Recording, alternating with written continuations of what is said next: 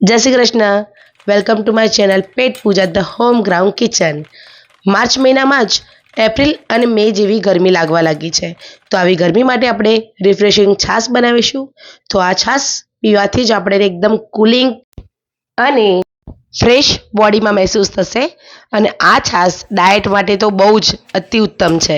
તે માટે આપણે કાકડીને છોલીને સુધારી દઈશું, તેના નાના નાના ટુકડા કરી દઈશું.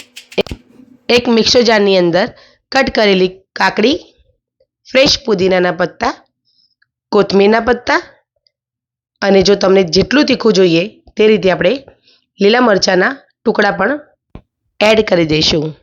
સાથે આપણે સ્વાદ મુજબ સંચળ, ચાટ મસાલો અને શેકેલું જીરું પણ એડ કરીશું. 3-4 ચમચી જેટલું પાણી એડ કરી દઈશું. સાથે આઈસ ક્યુબ પણ એડ કરીને પીસી લઈશું. આ પેસ્ટને પીસ્યા પછી જો તમારે ગાળવી હોય તો ગાળી શકાય, પણ હું ગાળતી નથી કેમ કે આ પેસ્ટમાં ભરપૂર માત્રામાં ફાઇબર છે. હવે આપણે એક હાંડીની અંદર જેટલી જરૂરિયાત હોય એટલું દહીં એડ કરીશું.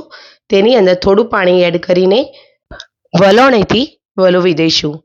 સાથે આપણે જે આપણી પેસ્ટ બનાવી છે એ પેસ્ટ પણ એડ કરી દઈશું.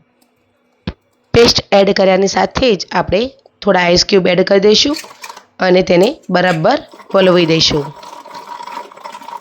તો તૈયાર છે આપણી તાજગીથી ભરેલી કુકુંબર છાશ. આ ઉનાળામાં આ છાશ પીને જ બહાર નીકળજો.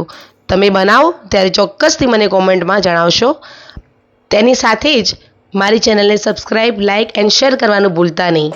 તો મળતા રહીશું આપણે અવનવાર મારી આ ચેનલ પર પેટ પૂજા ધ હોમ ગ્રાઉન્ડ કિચનમાં. જય શ્રી કૃષ્ણ.